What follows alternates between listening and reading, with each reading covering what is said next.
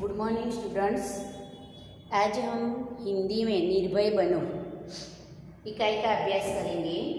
पहले वीडियो में हमने कुछ लेखक परिचय के बारे में जानकारी प्राप्त की थी और प्रियोदा का दल शनिवार के दिन और रविवार के दिन क्या करता है उसके बारे में जानकारी प्राप्त की थी।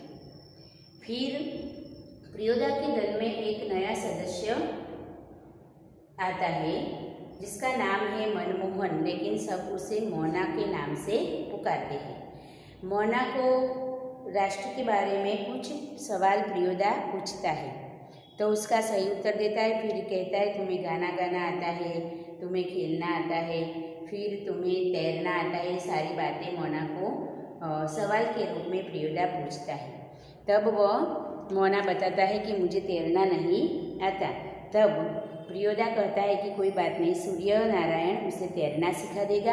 फिर उसके दल का जो दूसरा सदस्य है सूर्य नारायण, उसे कहता है कि मोना उसे तैरना सिखाना है, किस तरह सिखाना है वह सूर्य नारायण अच्छी तरह जानता है। वहाँ तक हमने पहले वीडियो में इकाई को देखा था। आज हम आगे देखेंगे कि प्रियोदा ने सूर्य नारायण नामक सदस्य से कहा कि सूरज मोना तैरना नहीं जानता, सीख जाएगा।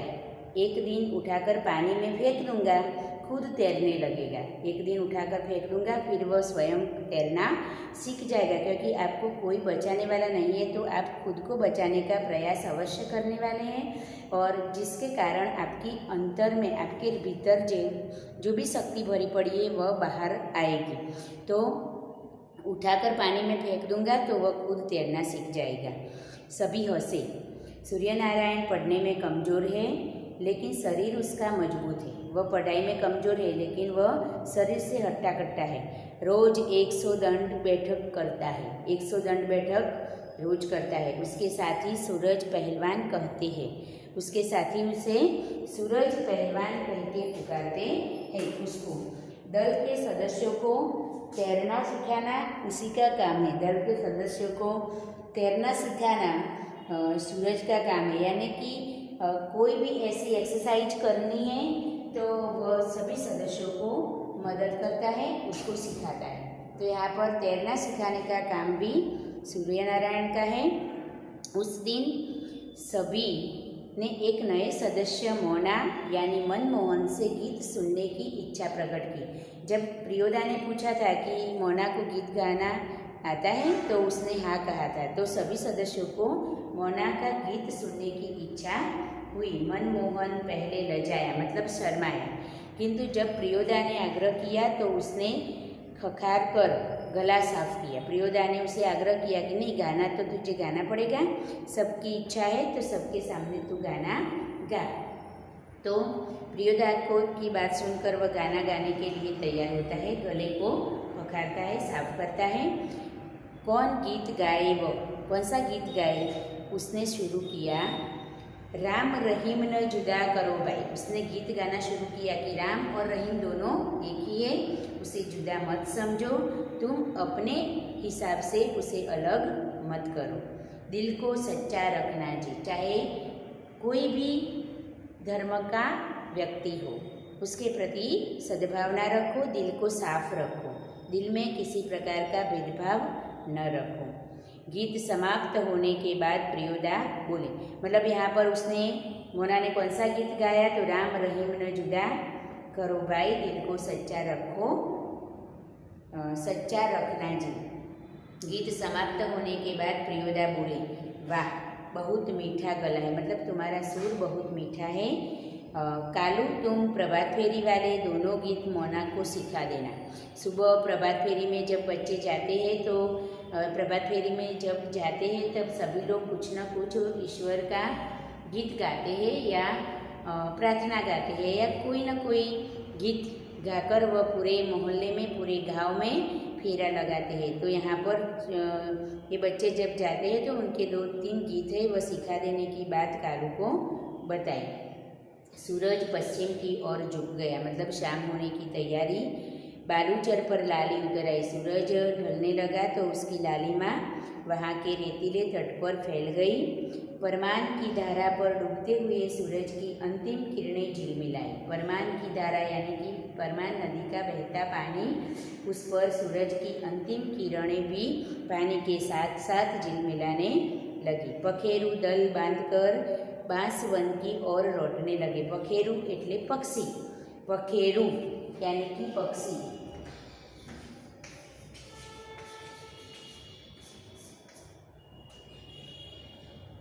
पक्षी भी अपने घर की ओर प्रयाण करने लगे। दल बांधकर बांस वन की ओर लौटने लगे। प्रियोदा के दल के सभी सदस्य पंक्ति बांधकर लौटे। सभी कतार में एक साथ वापस घर की ओर चल पड़े। पुल के पास एक गाड़ीवान तन्मय होकर गीत गा रहा था। तन्मय होना यानी कि मग्न होना। तन्मय, मग्न, तल्लीन। तन्मय होकर एक गाड़ीवान गीत गा रहा था। बोला गरीबन दिन पहिया, हरब बोला गरीबन का दिन। उसके गीत के शब्द थे, बोला गरीबक दिन पहिया, हरब बोला गरीबक दिन। सूरज ने भी उसी सुर में सुर मिलाकर गाना शुरू किया। सूरज ने भी वह गाना शुरू किया। एक टा जे लौटा छल, बेटा छल तिन पनिया, पिबैत काल लौटा ले लक्षिन। ये भी गीत के शब्द है कि एक टाले लौटा छल, बेटा छल तिन पनिया, पिबैत काल लौटा लेलन छिन।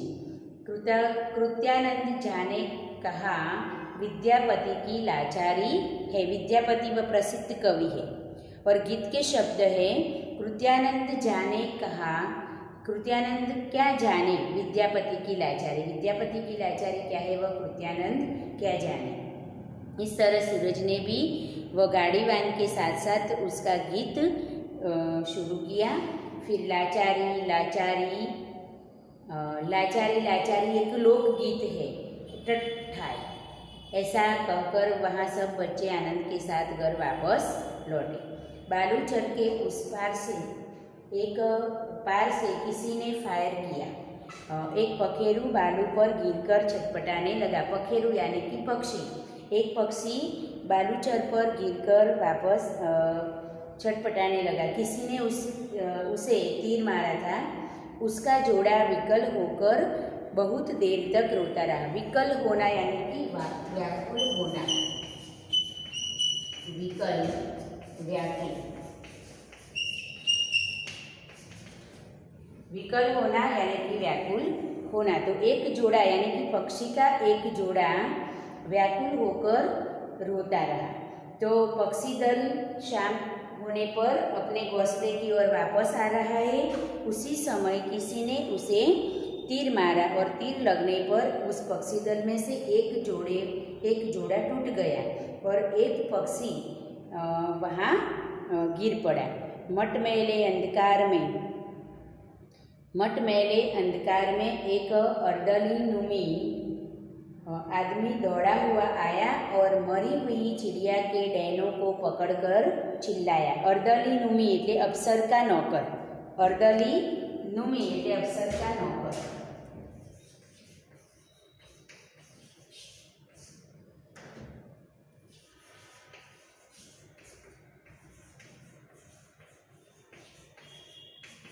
अफसर का नौकर। तो पक्षी को तीर किसने लगाया था? तो किसी अफसर ने लगाया था। और वह पक्षी जब गिर पड़ा तो उसे खोजता हुआ उसका नौकर वहाँ दौड़ा हुआ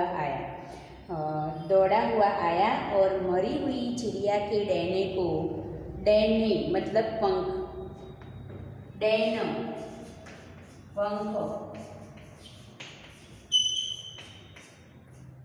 मरी हुई चिड़िया के डैने को पकड़कर चिल्लाया। એટલે जो पक्षी वहाँ गिर गया था, चिड़िया यानी कि चकली, तो चिड़िया की पंख को पकड़कर चिल्लाया, मिल गया हुजूर। जो आपने जिस पक्षी को मार गिराया था वह मुझे मिल गया, ऐसा कहकर वह चिल्लाता है। इब्राहिम बोला, सब डिप्टी साहब का अर्दली है। अर्दली यानी कि नौकर है। सब डिप्टी साहब है उनका नौकर है। साला भारी खचड़ा है। खचड़ा એટલે खड़ूस, मूर्ख, खचड़ा।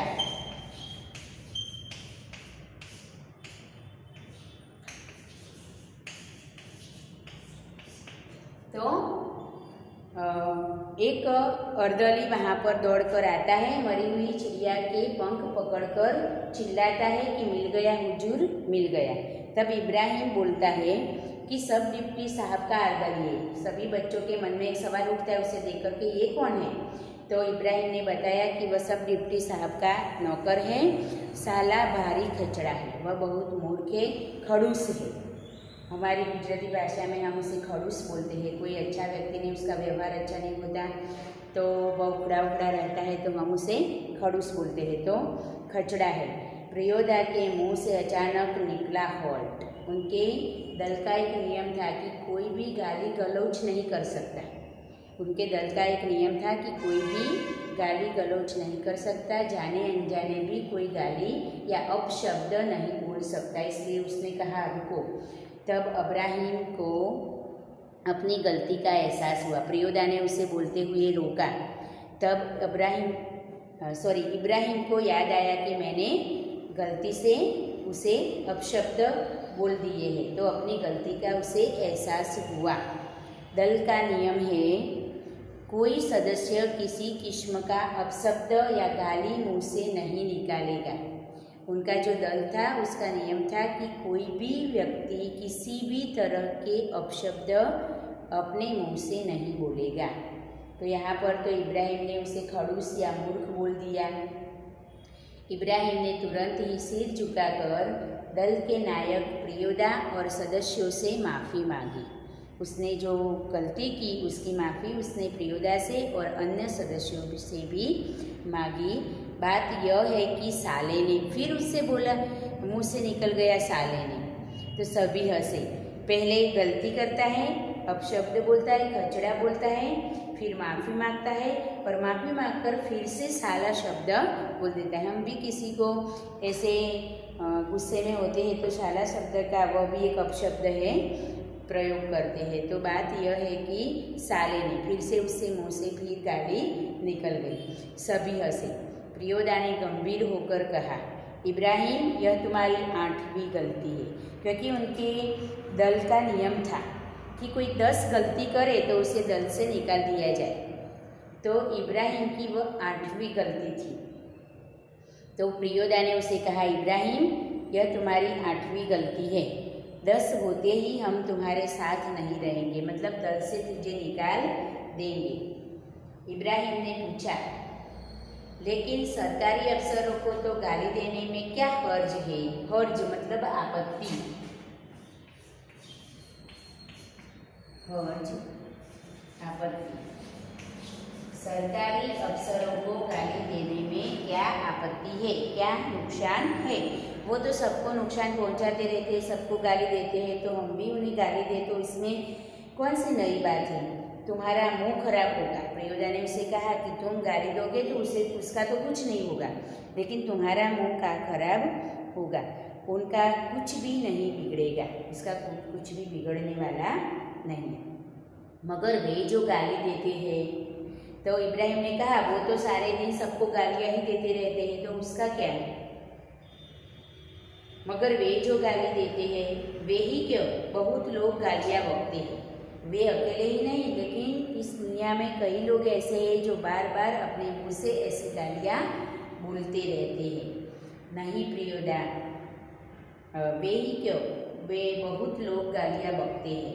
नहीं प्रियोदा, आप इब्राहिम को नहीं समझा सकिएगा।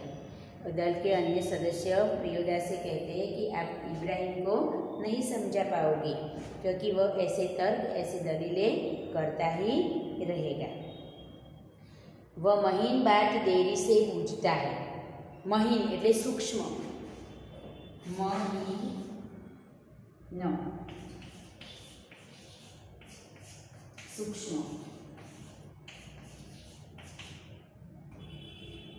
बीजो शब्द एना माटे छे बारीक।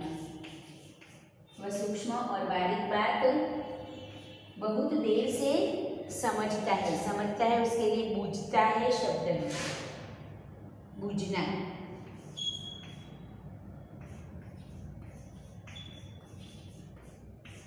बूझना, समझना। वह सूक्ष्म बात बहुत देरी से समझता है, मैं समझा देता हूँ, तो उसे मैं समझा देता हूँ। देखो इब्राहिम, यदि क्लब का मेंबर रहना है तो उसके रूल्स को मानना होगा। प्रियोदा से अन्य सदस्य कहते हैं कि तुम उसे समझाने का व्यर्थ प्रयास मत करो, क्योंकि वह नहीं मानेगा और तर्क और दलील करता रहेगा। इसलिए तुम रहने दो, मैं उसे समझा देता हूँ। और फिर स्पष्ट शब्दों में उसको बोला गया कि तुम यदि नियम का पालन नहीं करोगे तो तुम्हें दल से निकाल दिया जाएगा। यदि क्लब का मेंबर रहना है तो इसके रूल्स को मानना होगा। क्लब का मेंबर रहना है, उसका सदस्य बने रहना है, तो उसके नियमों का पालन करना पड़ेगा। नियम है कि कोई सदस्य आपस में बातचीत के सिलसिले में भी कोई खराब शब्द नहीं बोलेगा। दल का नियम क्या है कि आपस में बातचीत करते हुए भी कोई खराब शब्द या अपशब्द नहीं बोलेगा। जानते हो ना? बस बात खत्म। बस यहाँ पर बात खत्म कर लो, तर्क और दलील छोड़ दो। कौन क्या बोलता है, चाहे हजारों लोग ही गालियाँ क्यों न बकते हो, लेकिन हमें गालियाँ बोलनी नहीं। बस इतना याद रखो, हमारे दल का जो रूल्स है उसका पालन करो यदि आपको दल में रहना है तो। बस बात खत्म। ऐसे उसे समझा दिया। सहुआइन धर्मशाला के पास आकर सभी ने एक दूसरे से विदाई ली। ऐसी बातें करते करते, दलील तर्क करते करते सब गांव के पादर तक पहुंच गए और धर्मशाला तक पहुंच गए। सबने एक दूसरे से विदाई ली। धर्मशाला का नाम है सहुआइन। के धर्मशाला के पास आकर सबने एक दूसरे से विदा ली। कालू ने कहा, मोना तू रास्ते में डरेगा? मैं जानता हूँ।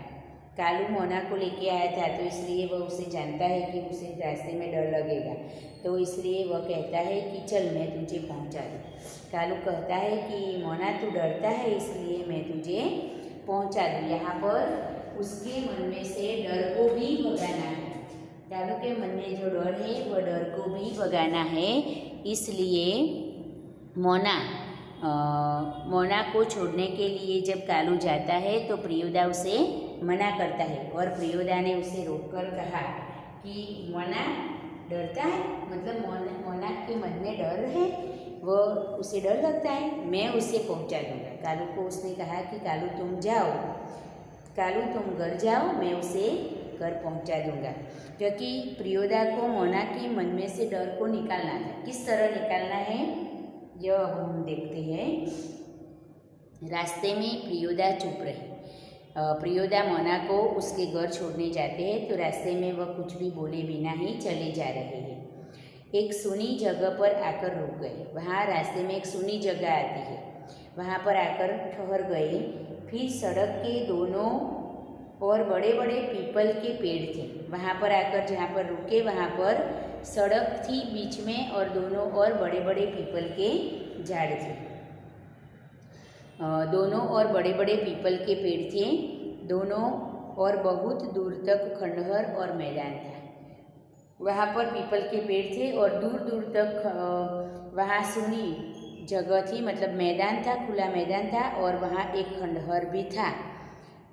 पास के एक उजड़े हुए मकान की ओर इशारा करके, उजड़े हुए मकान यानी कि खंडहर की ओर इशारा करते हुए प्रियोदा ने कहा, पास में जो खंडहर था, उजड़ा हुआ मकान था, उसकी ओर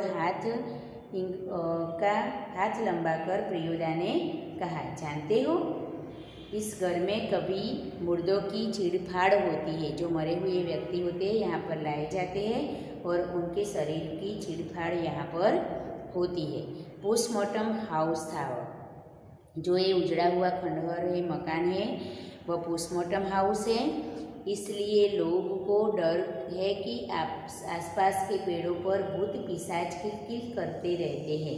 उसने मोना को बताया कि यहाँ जो पीपल के पेड़ है उस पर लोग ऐसा मानते हैं कि यह पोस्टमार्टम हाउस है। सभी मरे हुए मुर्दे को यहाँ, मरे हुए व्यक्ति के शरीर को यहाँ पर लाया जाता है, उसकी चिड़फाड़ की जाती है। तो इसलिए यहाँ पर कई भूत पिशाच ऐसे पेड़ पर किलकिलिया करते रहते हैं। मैदान में प्रेतनिया नाचती है। खुला जो मैदान है उसमें प्रेतनिया यानी कि भूत, तो प्रेतनिया नाचती है। संतालियों की तरह झुंड बांधकर, संताल आदिवासी जाति जिस तरह झुंड में रहते हैं, एक टोली बनाकर रहते हैं, उसी तरह यह संतालिया मतलब संथाल आदिवासी जाति का नाम है। संतालिया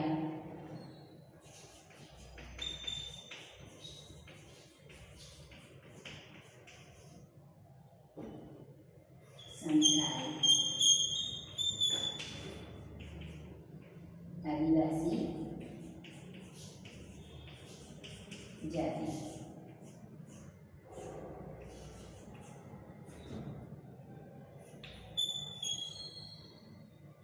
आदिवासी जाति तो संतालियों की तरह वह झुंड बांधकर नाचती है मैदान में। क्यों डरने लगा? उसके मन में से डर निकालने के लिए यहाँ जो पोस्टमार्टम हाउस है उसके बारे में लोगों की क्या मान्यता है उसके बारे में प्रियोदा ने मोना को बताया। फिर कहा कि तुझे डर लगता है, अकेले यहाँ आ सकते हो? फिर पूछा कि यहाँ आ सकते हो? तो मोना ने मना कर दिया, जी नहीं, क्योंकि उसने कहा कि यहाँ जो पेड़ है पीपल के पेड़, और ज़्यादातर ऐसी मान्यता है कि पीपल के पेड़ पर ही भूत पिशाच रहते हैं, और आंवली का जो पेड़ होता है उस पर भी भूत पिशाच रहते हैं। तो यहाँ पर पीपल के पेड़, हम कहीं जाते हैं और सूना रास्ता आता है तो वहाँ पर यदि हवा से, तेज हवा से पीपल के पान एक दूसरे से चिपक कर यदि आवाज़ आती है तो भी हमारे मन में डर होता है कि भूत आया, और हम वहाँ से भागते हैं। तो यहाँ पर पोस्टमार्टम हाउस था।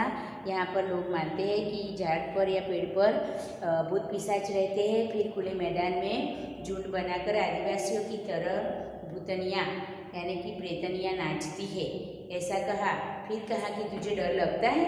तो मोना ने कहा कि और यहाँ अकेले आ सकते हो? तो मोना ने मना कर दिया कि जी नहीं, मुझे डर लगता है, मैं यहाँ अकेला नहीं आ सकता। प्रियोदा हंसे, प्रियोदा को हंसी आई, बोले, देख मोना, भूत प्रेत ऐसे आदमी को कभी नहीं तंग करता। जो अपने काम में व्यस्त रहता है ऐसे आदमी को भूत प्रेत कुछ नहीं दिखाई देता, क्योंकि उसका मन हमेशा काम में ही लगा रहता है, तो वह उसे कभी नहीं डरा सकता। भूत प्रेत ऐसे आदमी को कभी नहीं तंग करता जो 10 काम करता है, जो ज़्यादा 10 काम करता है। तुम्हारी उम्र में मैं भी डरता था, तुम्हारी तरह जब मैं छोटा था तब मैं भी डरता था। मेरे गुरु महाजन ने मुझसे हंसकर कहा कि 10 का काम करने वाले को खुद भूत होते हैं। जब हम 1 नहीं 2 नहीं यानी कि 10 काम, हजारों काम हमारे हाथ में है, तो हम पूरे दिन वही काम में व्यस्त रहते हैं, तो वह स्वयं भूत है। 10 काम करने वाले लोग स्वयं भूत होते हैं, उसको भूत क्या कर सकता है? हम स्वयं भूत हैं, अपने काम में सारा दिन व्यस्त रहते हैं, तो हमारे मन में ऐसा विचार आने का कोई विचार आ ही नहीं सकते। 10 का काम करने वाले लोग स्वयं भूत होते हैं, उसे ऐसे भूत पिशाच कुछ परेशान नहीं कर सकते। उसको भूत क्या कर सकता है? चलो शुरू करो। तो वह गाना राम रहीम हुआ। तो यहाँ भूत प्रेत का विचार मन में से निकाल कर तुम गीत गाना शुरू करो, ऐसा मोना को उसने कहा। फिर मनमोहन गाने लगा, राम रहीम ना जुदा करो भाई, दिल को सच्चा रखिए जी, ई करके उसने अपने सुर में इस गीत को बड़ी ऊंची आवाज़ में ललकारा। इस तरह जब भी मन में से ऐसा डर दूर करना है तो अन्य प्रवृत्ति की ओर हमारे मन को प्रेरित करना है। तो हम हमारे मन में से वो बात निकल जाएगी, फिर हम नहीं डरेंगे। इस तरह मोना का डर प्रियोदा ने यहाँ लाकर उसे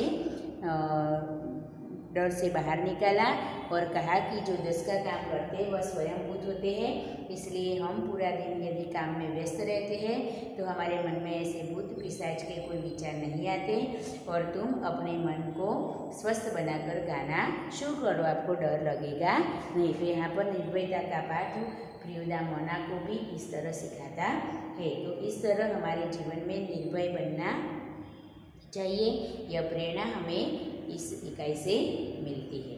तो अब हम स्वाध्याय देखेंगे। प्रियोदा को सभी लोग प्यार करते, क्यों प्यार करते? क्योंकि प्रियोदा एक सेवाभावी लड़का है, इसलिए सभी लोग उसे प्यार करते हैं। और प्रियोदा लोगों की सेवा भी करता है और मुठिया वसूल कर बीमार लोगों की भी सेवा करता है और सेवाभावी लड़का होने के कारण सब लोग उसे प्यार करते हैं। प्रियोदा के दल के 3 सदस्यों के नाम बताओ, इब्राहिम, सूर्या और मनमोहन। और प्रियोदा की टोली कौन कौन सी सेवा कार्य करती है? तो वो रविवार के दिन मुठिया वसूलने जाती है, फिर जो गरीब लोग हैं उन्हें वो मदद करती है, फिर जो बीमार है कोई शिक्षक का छात्र तो उसके घर जाकर जब तक वह ठीक नहीं होता तब तक उसकी सेवा करती रहती है। मनमोहन को तैरना सिखाने की जिम्मेदारी किसे सौंपी गई? तो दल के सदस्य सूर्यनारायण को सौंपी गई। लोग उसे सूर्यनारायण पहलवान करके बुलाते थे। इब्राहिम ने किस बात के लिए माफ़ी मांगी? तो साला शब्द नियम के विरुद्ध उसने साला शब्द अपने मुंह से निकाला था, तो उसने यह अपशब्द बोलने की जो गलती की थी उसके लिए उसने माफ़ी मांगी। अपशब्द न बोलने के बारे में क्लब का क्या नियम था? तो जो 10 बार ऐसी गलती करेगा, अपशब्द बोलने की गलती 10 बार करेगा तो उसे दल से निकाल दिया जाएगा, ऐसा क्लब का नियम था। प्रियोदा के दल के सदस्य शनिवार की शाम को कहाँ पर एकत्र होते थे? तो परमान नदी के उस पार बालूचर पर सभी सदस्य इकट्ठे होते थे। स्कूल की छुट्टी के बाद सभी सदस्य मिलने पर क्या करते थे? तो स्कूल की छुट्टी के बाद सभी सदस्य मिलकर कुछ गाना गाते थे, कुछ खेलते थे और रविवार का प्रोग्राम भी वहाँ पर तय करते थे। मनमोहन ने प्रियोदा के पहले प्रश्न के उत्तर में किस भारतीय महापुरुष का नाम लिया? तो महात्मा गांधी का नाम लिया। फिर पक्षी को किसने गोली मारी थी? तो सब डिप्टी साहब ने गोली मारी थी, सब डिप्टी साहब ने गोली मारी थी। प्रियोदा के मुंह से हॉल्ट निकला क्योंकि साला शब्द के प्रयोग पर इब्राहिम को उसकी गलती का एहसास कराना था, इसलिए उसके मुंह से साला शब्द प्रयोग करने पर इब्राहिम को उसकी गलती का एहसास कराना था, इसलिए उसके मुंह से हॉल्ट शब्द निकला। सड़क के दोनों ओर कौन से वृक्ष थे? तो पीपल के बड़े बड़े वृक्ष थे। यहाँ पर जोड़ी मिलाइए तो मनमोहन तो है जैसे डरने वाला, फिर प्रियव्रत राय तो मैट्रिक का विद्यार्थी, सूर्यनारायण तो पहलवान, डिप्टी का अर्दली तो खचड़ा और परमान तो एक नदी का नाम। फिर वाक्यांश के लिए एक एक शब्द लिखिए। तो दूसरों के किए हुए उपकार को मानने वाला, दूसरों के किए हुए उपकार को मानने वाला तो कृतज्ञ,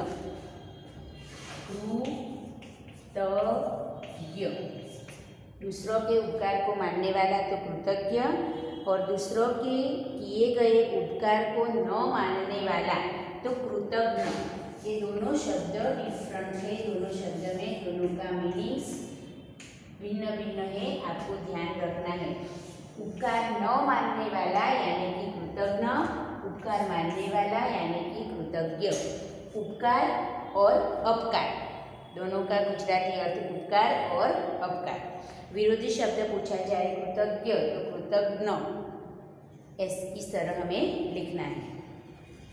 फिर मुर्दों की चीरफाड़ की जगह तो पोस्टमार्टम हाउस, और जहां बीमार को भर्ती करके इलाज होता है तो अस्पताल।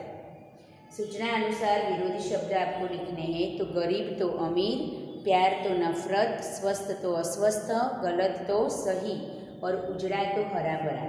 और समानार्थी शब्द लिखने हैं। सुबह तो सवेरा, शाम तो सांझ, दल तो झुंड, कमजोर तो निर्बल और मकान तो घर। इस तरह आपको प्रश्न नंबर 1, 2, 5, 6 और 7, 1, 2, 5, 6 और 7 इतने प्रश्न आपको अपनी नोटबुक में स्वाध्याय के रूप में लिखने हैं। और हमें भी इस प्रियोदा के दल की तरह, सभी सदस्यों की तरह निर्भय बनकर जीवन में आगे बढ़ना है, क्योंकि इस इकाई का हेतु हमें निर्भय बनाना है। Okay, thank you.